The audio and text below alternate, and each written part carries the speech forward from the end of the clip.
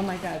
7 pieces of her original artwork. Yeah, that one's mine. That's unbelievable. Went missing from a suburban restaurant months ago. Well, this is a happy story for us, and we're finally... Yeah, I'm very happy. Yeah, he's back. At the 18th District Police Station this morning, artist Susan Walkoff was reunited with her pilfered paintings. But I was thinking, why would they even want to take my art? But they did. They, an Eastern European burglary ring busted this week by Chicago police. Detectives say they're behind last weekend's high-end watch heist, a treasure trove of loot found in their home, all brought to this near Northside police station where victims can reclaim their stolen items this weekend. Some of the artwork looks to be authentic, with at least 2 of them priced at up to $1 million apiece. Some of the items are autographed by the artist, and there's a watermark that are stamped onto the pieces, which authenticate them. Monica Tomanek came looking for jewelry and other items stolen from her home a few years ago. She left empty-handed, but impressed with all the loot. You guys did a great job. Thank you very much. Wish it was mine. Detectives are working with the FBI to identify some of the high-end artwork that may be authentic. After Sunday, the stolen items not claimed will be moved to an evidence warehouse. Reporting from the 18th District Police Station, Regina Waldrop, NBC5 News. Taft High School is about a 5-minute walk from here, and tonight, many of Eric Lukansky's friends, his classmates, they've gathered here to remember a young man who died trying to cross these train tracks. It's a route that many Taft High School students take every day to get to and from school. This morning, it turned deadly for one of them. It's pretty dangerous, I guess, but you don't think about it. 17-year-old Eric Lukansky was trying to cross the tracks at Avondale and Bryn Mawr Avenues when he was struck and killed by a Union Pacific Northwest Line train. He was headed to school, just 3 blocks away from where he was hit. There are unconfirmed reports tonight that Lukansky was wearing headphones and couldn't hear the train approaching. Some students told us that many of their classmates are not paying attention when they approach those tracks. Yeah, everyone's always with their headphones, not paying attention. They'll just be texting or looking down their phone. Some pay attention, but they just think because of things up, they could just walk. While the investigation into Lukansky's death continues, parents and students say they hope this is a wake-up call to everyone who might be distracted near train tracks. It really, I guess, opened my eyes to be more careful, I guess. Even the adults, you're too distracted. You don't hear what's going around in your surroundings. Metro officials tell me tonight that train number 605 was traveling at speeds somewhere between 40 and 60 miles an hour. Going forward, Metro officials say they will be handling this investigation. Well, Lauren, it really is hard to imagine just what this 14-year-old boy is going through tonight. Now, he was at home babysitting his 2 brothers when that fire started. He says he did everything possible to try and save that 3-year-old's life. I tried to go back in there and get him. I didn't know what room he was in.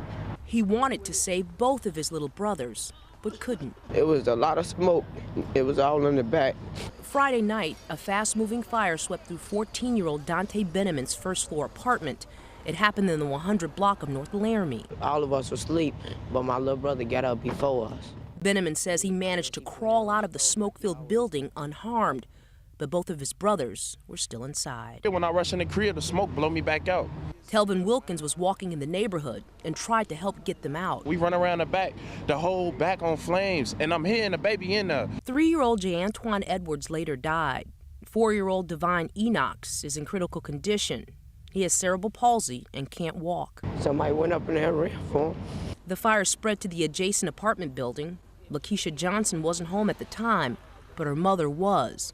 She's in critical condition. I got a call and they said both buildings was on fire and my mom, they had to break the windows to get to her. Just went to go see her, she in the ICU. Hey, shorty, I got my shoe. Saturday morning, Beneman walked back into the charred apartment building, looking for anything he could salvage. Okay. A folder and a pair of gray gym shoes is all he carried out. A short time later, firemen went door to door, delivering smoke detectors. Anytime your children pass in fires and things like this is real. It's hard on the neighborhood, hard on the family. And especially hard on a big brother who did all that he could. And tonight, Dante's little brother, his 4-year-old brother, remains hospitalized at Loyola University Medical Center in critical condition. And Chicago police say the cause of this fire appears to be non-criminal, but it remains under investigation. Today was a very emotional one for many of the students here. Some of them told me that this shooting has them worried about their own safety. As far as Chicago police go, well, they're not saying much about this case, only that it's an ongoing investigation and there are no suspects in custody. I'm scared, personally. I'm scared. At Simeon Career Academy, it's sad. It's nerve-wracking. A day of fear, frustration, and grief for many of Michael Flournoy's classmates. It scares me, though. It do, because I was shot once. It's scary when you think about it being a young person, because you think about yourself, too. Flournoy was shot and killed Saturday night in front of St. Anthony's Church near 93rd and Dobson. The 16-year-old was visiting a cousin and was walking to the store to buy some chips. Relatives say he had gotten into an argument with a man in a car hours earlier. I was surprised because I felt like he didn't deserve that because he was a smart, hard-working kid. Flournoy was a sophomore. He was on the football and wrestling team. His mother says he didn't hang in the streets, and he took pride in helping take care of their family. He was a good kid.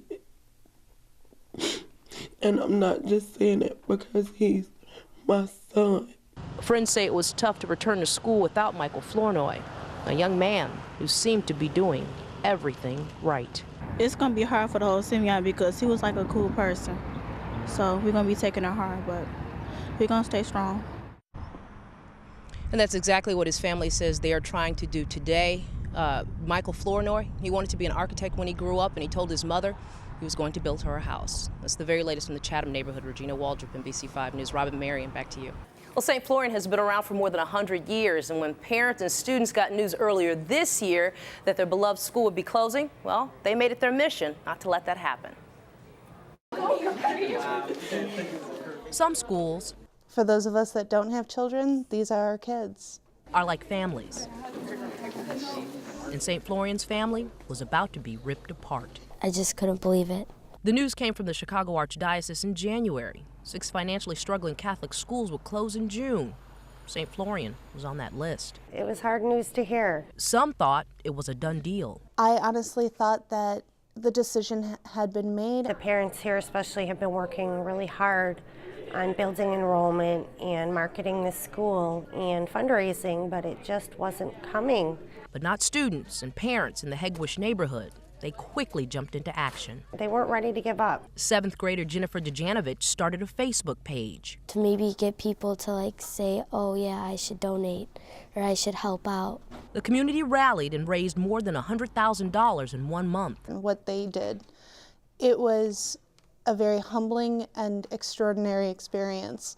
Last week, they got some good news from the Archdiocese. There was a phone call on Wednesday and then got an email confirming it all. And I'll tell you, it was hard to wait for that email. All day we had calls coming in. It's often said that it takes a village to raise a child, but it also takes a village to keep a school open. Just don't give up and just keep trying because it can happen and you can save your school. St. Florian is the 3rd Catholic school granted a reprieve by the Archdiocese. Our Lady of Victory on the northwest side and St. Christopher in South Suburban Midlothian were also able to keep their doors open thanks to fundraising efforts by parents and students. Robin Allison, back to you.